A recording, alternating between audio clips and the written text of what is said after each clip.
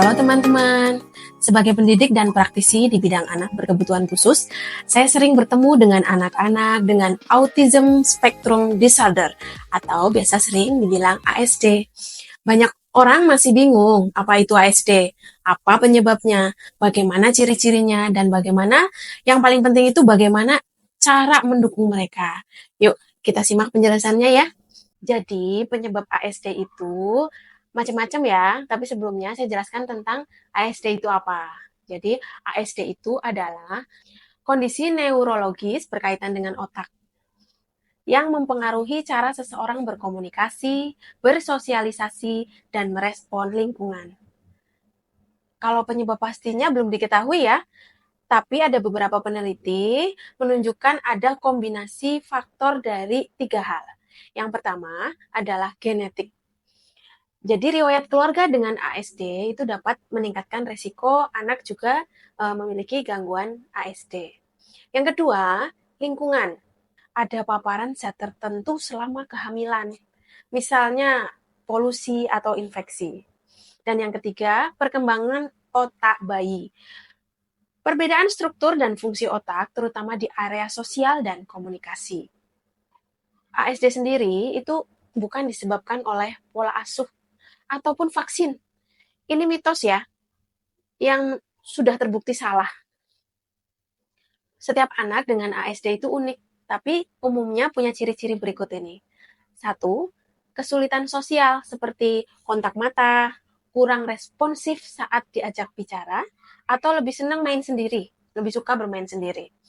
Yang kedua, perilakunya yang berulang, seperti mengayunkan tubuh, menyukai rutinitas yang kaku, yang itu-itu saja, atau sangat fokus dan minat yang sangat spesifik, misalnya suka kereta api, suka angka, yang itu-itu aja.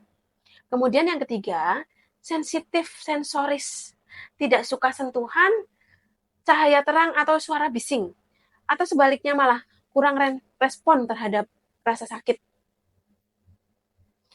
Tingkat keparahannya tersebut bervariasi dari yang ringan, kalau yang ringan ini bisa mandiri ya, hingga yang berat itu butuh pendampingan terus-menerus. Ada lagi nih pertanyaan, ASD itu bisa kayak anak normal lainnya nggak ya? Ayo coba kita cari tahu ya, bahwa ASD itu tidak bisa disembuhkan. Tapi intervensi dini bisa maksimalkan potensi anak. Beberapa terapi yang bisa efektif untuk mendampingi anak ASD itu apa? Yang pertama, terapi perilaku atau ABA. Membantu anak belajar keterampilan sosial dan mengurangi perilaku yang sulit.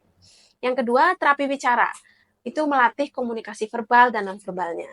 Yang ketiga, okupasi terapi. Mengatasi masalah sensoris dan kemandirian. Misalnya masalah makan, memakai baju, itu perlu okupasi terapi. Dan yang keempat, itu dukungan keluarga. Orang tua perlu belajar cara berinteraksi yang sesuai dengan kebutuhan anak. Lalu pendidikan yang tepat itu apa sih? Apakah di sekolah umum, apa sekolah khusus, atau tergantung kebutuhan anak? Jadi ada beberapa opsi nih. Pertama ada sekolah namanya inklusi. Inklusi sendiri itu anak belajar di sekolah reguler dengan pendampingan guru shadow atau adanya modifikasi kurikulum. Yang kedua adanya sekolah khusus. Sekolah khusus ini untuk anak yang butuh pendekatan yang lebih intensif. Yang ketiga homeschooling. Jika memang anak butuh lingkungan yang sangat terkontrol, maka dibutuhkan homeschooling. Namun yang terpenting adalah kita fokus pada kekuatan anak, bukan kekurangannya. Banyak anak ASD yang punya bakat luar biasa di bidang seni, matematika, ataupun teknologi. Pesan untuk orang tua yang memiliki anak dengan gangguan ASD itu adalah bahwa anak dengan gangguan ASD itu unik. Mereka hanya melihat dunia itu dengan cara yang berbeda, tidak sama dengan yang lain. Dengan dukungan yang tepat, mereka bisa tumbuh bahagia dan mandiri. Sampai jumpa di video berikutnya. Terima kasih.